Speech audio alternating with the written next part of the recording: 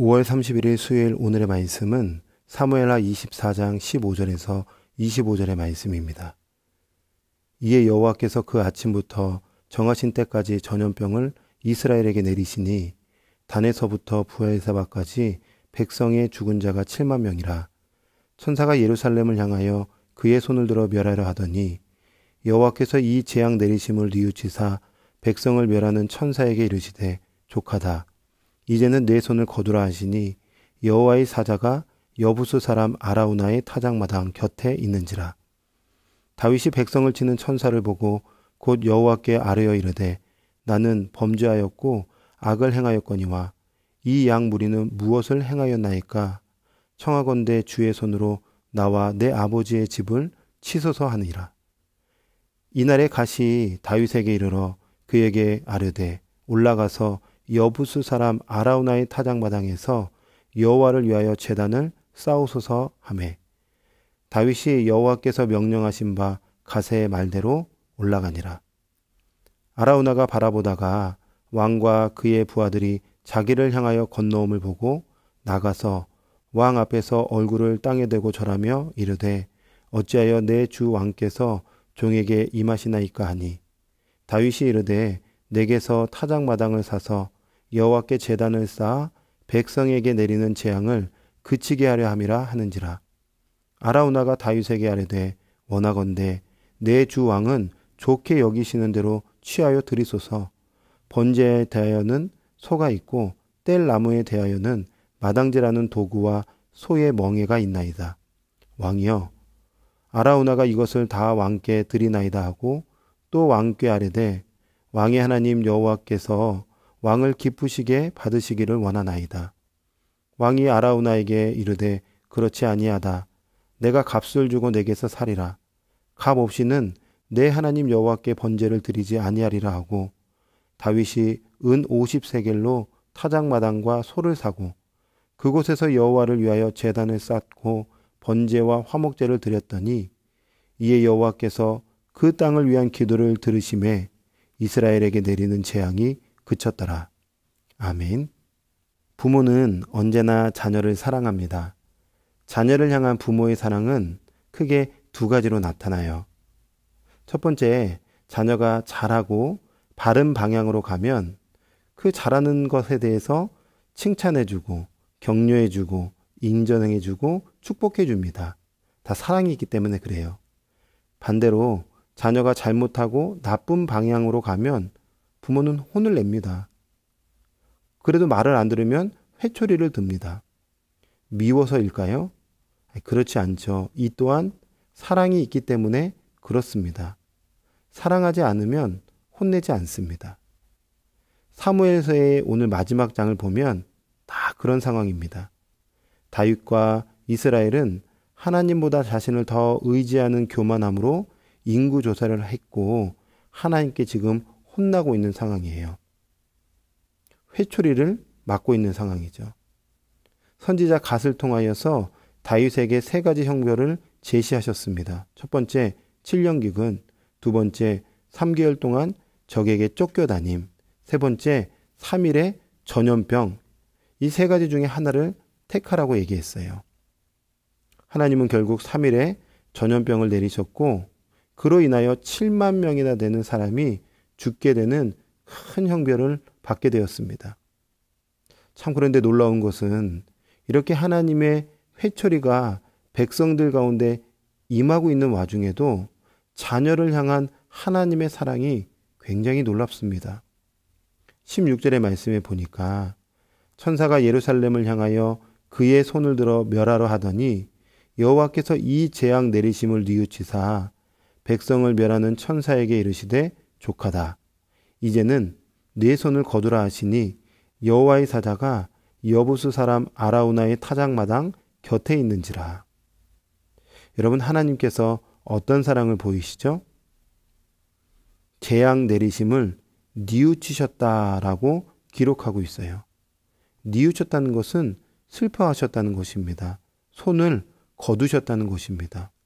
왜 재앙을 내리시다가 손을 거두셨을까요? 사랑 때문이죠.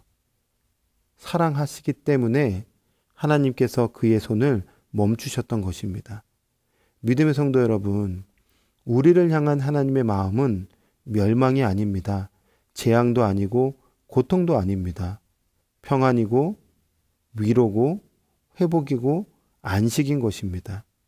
그러므로 혹 인생에 어려움을 만난 분들이 계십니까? 자신의 죄로 말미암아 하나님께 형벌을 받고 있다고 느끼시는 분들이 계십니까? 그래서 깊은 죄의식 속에서 인생의 슬픔을 만났다고 여기시는 분들이 계십니까?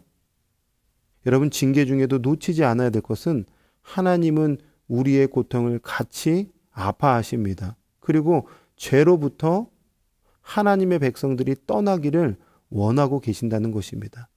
그러므로 깊고 넓은 영적인 관점에서 형벌은 하나님께 돌아가라는 사인이구나. 오히려 이것은 축복이구나라고 우리가 인식하고 하나님께 시선을 다시 고정하는 은혜가 저와 여러분의 삶 가운데 있기를 원합니다. 다윗은 형벌 중에 깨달은 거예요. 그래서 어떻게 할까요? 17절의 말씀에 보니까 다윗이 백성을 치는 천사를 보고 곧 여호와께 아뢰어 이르되 나는 범죄하였고 악을 행하였거니와. 즉 자신의 잘못을 깨달았을 때 그는 회개했습니다. 그의 회개는 어떤 회개였나요? 본연의 자리로 돌아가겠다는 회개였습니다. 회개란 원래 있어야만 하는 자리로 돌아가는 인격적 결단과 실천이 회개입니다. 여러분, 다윗의 회개를 한번 유심히 보십시오. 그는 자신의 죄를 고백함과 동시에 이런 이야기를 해요. 이 양무리는 무엇을 행하였나이까? 청하건대 주의 손으로 나와 내 아버지의 집을 치소서라고 고백해요. 이 고백이 어떤 고백이냐면, 주님, 저를 이스라엘의 목자로 세워주셨는데 제가 목자답지 못했어요. 벌을 양무리가 아닌 저에게 내려주세요. 라고 희생을 각오한 목자의 모습을 그는 회개하면서 보이고 있는 것입니다. 잘못했어요라가 끝이 아니라 책임지겠다는 것입니다. 하나님이 나를 왕으로 목자로 삼아주셨으니 본연의 자리로 돌아가 목자로서의 모든 죄를 책임지겠다고 고백하고 있는 거예요. 이게 회개죠. 믿음의 성도 여러분, 하나님께서 우리의 자리를 밝히 보여주실 때에 즉각적으로 회개하십시오. 뿐만 아니라 원래의 자리, 하나님만 왕으로 모시겠다고 하는 그 자리로 돌아가서 진실되게 하나님만을 바라보는 저와 여러분이 되기를 바랍니다.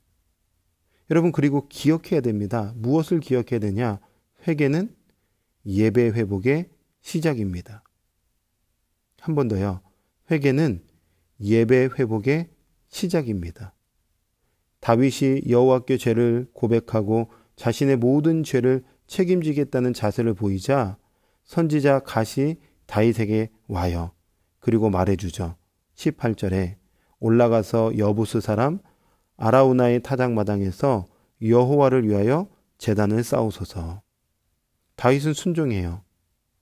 재앙의 손을 거두셨던 아라우나 타작마당에서 다윗은 제단을 쌓습니다. 그리고 25절 마지막 절에 그곳에서 여호와를 위하여 제단을 쌓고 번제와 화목제를 드렸습니다. 무슨 의미죠? 회개의 자리에서 예배의 자리로까지 나아갔다는 것입니다. 하나님을 찾는 자리, 하나님을 만나는 자리, 내가 누군지 명확하게 자신을 보는 자리, 전능자의 그늘 아래로 들어가는 자리, 회복의 자리로 다윗은 나아갔던 거예요. 그때 비로소 25절 마지막 하반절에 이스라엘에게 내리는 재앙이 그쳤습니다. 은혜가 임한 것입니다. 믿음의 성도 여러분, 오늘도 하나님만을 찾고 하나님의 손길만 구하는 자에게 반드시 하나님께서 은혜와 회복을 부어주실 줄 믿습니다. 본래의 자리로 돌아가는 축복을 반드시 누리게 될 것입니다. 그 주님의 은혜가 온전히 부어지기를 소망하며 하나님께만 시선을 고정하여서 하나님을 기쁘시게 하는 삶을 살아내는 저와 여러분이 되기를 주님의 이름으로 축복합니다. 아멘. 기도하겠습니다. 하나님, 오늘 귀한 말씀 우리에게 주셔서 감사합니다. 죄를 깨닫게 해주시고 깨달은 걸 회개하고 회개를 넘어서 예배의 자리로까지 나아가는 하나님의 거룩한 백성들 되게 하여 주시옵소서. 예수 그리스도의 이름으로 기도합니다. 아멘.